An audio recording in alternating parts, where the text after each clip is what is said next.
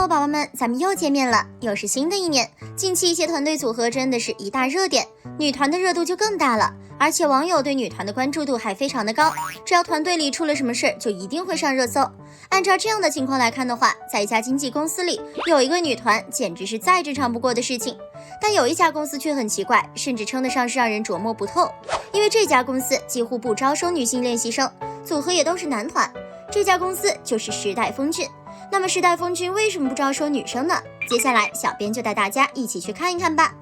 其实关于这个问题，小编认为有这么几个原因。第一个就是市场的缘故，商人都是逐利的，他怎么可能看不到女团市场上的利益呢？他看到了，但却依旧没有这么做，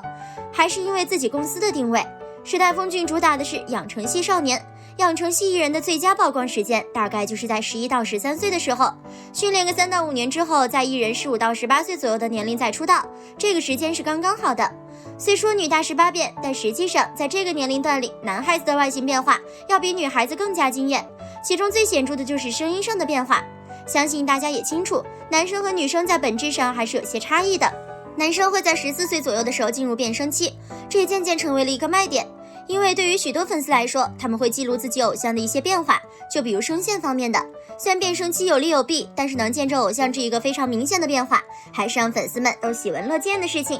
在这个年龄段备受关注的，除了男孩子的声线变化明显之外，他的身高和气质也是粉丝瞩目的焦点。而用粉丝最爱说的一句话就是用3年的时间让粉丝体验一把儿子变男友，小朋友变翩翩少年的感觉。这一点对于粉丝们来说绝对是非常幸运的事情，既能赶上他最辉煌的时候，也能见证他的成长。虽然是大白话，但是仔细琢磨琢磨的话，其实能亲眼见证自己的偶像有这么大的变化，粉丝们心中的成就感是其他人都无法想象的。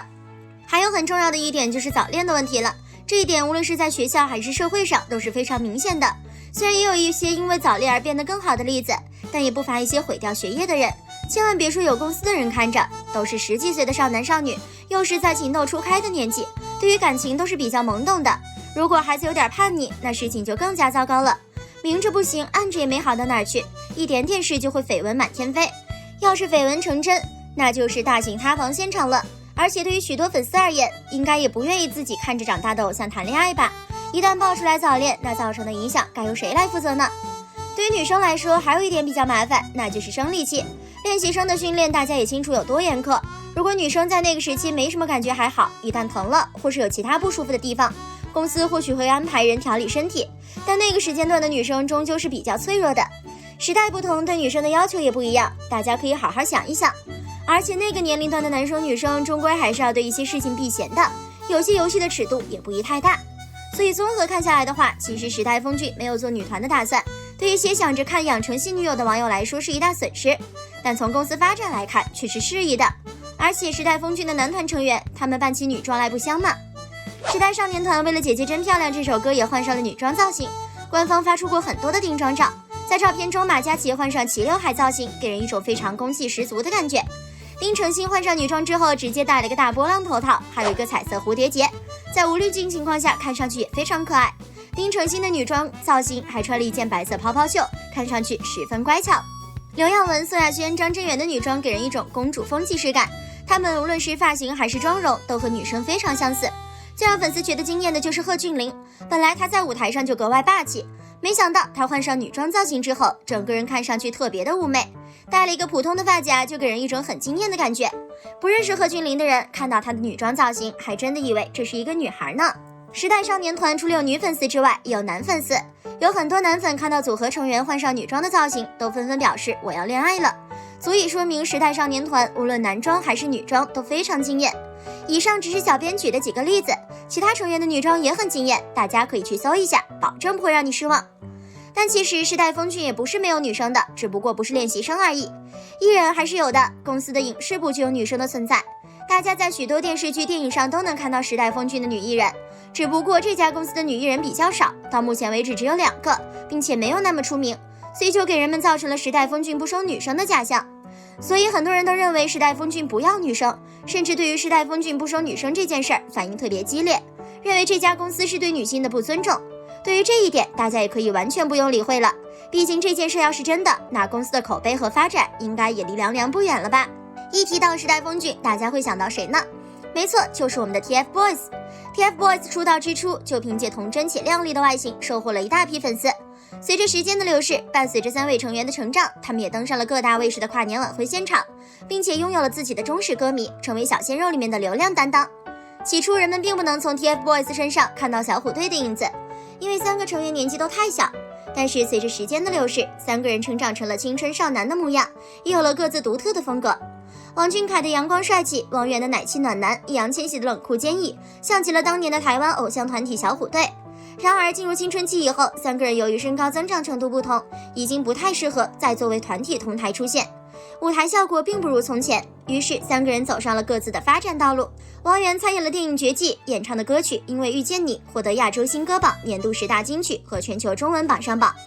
王源凭借该曲获得全球中文音乐榜上榜年度最佳原创歌手，入选美国《时代周刊》30位全球最具影响力青少年，出任联合国儿童基金会青年教育使者，成立原公益专项基金。2018年成为环球人物专栏作家，出任联合国儿童基金会大使，参演好莱坞电影《极限特工4》。第2次在联合国经济及社会理事会青年论坛上做英文译成演讲。2019年第2次登文联春晚，第4次登上央视春晚舞台，进入福布斯中国100名人榜。单凭借能在联合国演讲的实力，足以见得王源有多优秀了。后来王源进入到了伯克利音乐学院学习，专心潜修音乐。随后王源被爆出吸烟，在北京餐厅公共场所，画面在网上传出，还引起了网友的广泛关注。事情发出，王源也随即道歉。其实小编觉得偶像的压力还是非常大的，吸烟缓解一下压力是可以理解的，但是要注意场合和法律法规。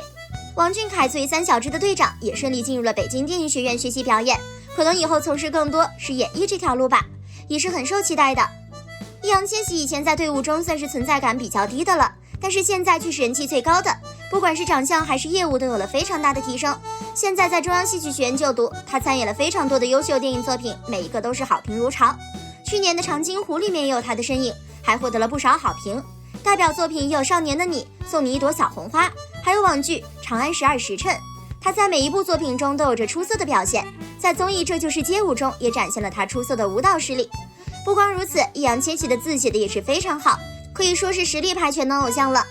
在新的一年里，很多 TFBOYS 的粉丝也在最近发现，距离2013年 TFBOYS 3位成员向粉丝们许下的10年之约，竟然就是明年了。没有想到10年过得竟然是这么快呀！这个组合也已经正式出道10年了。10年对于一个组合来说，可以算得上是非常长的一段时间了。从2013年出道到现在为止， TFBOYS 的3个成员经历了全网黑、全网潮，又获得了非常优秀的评价。虽然去年备受大家关注的 TFBOYS 合体演唱会并没有正式举办，因为种种原因，大家还是会有一些遗憾的。每一年都会与我们见面的合体周年演唱会，可以算得上是 TFBOYS 每周年非常大的一个事情了。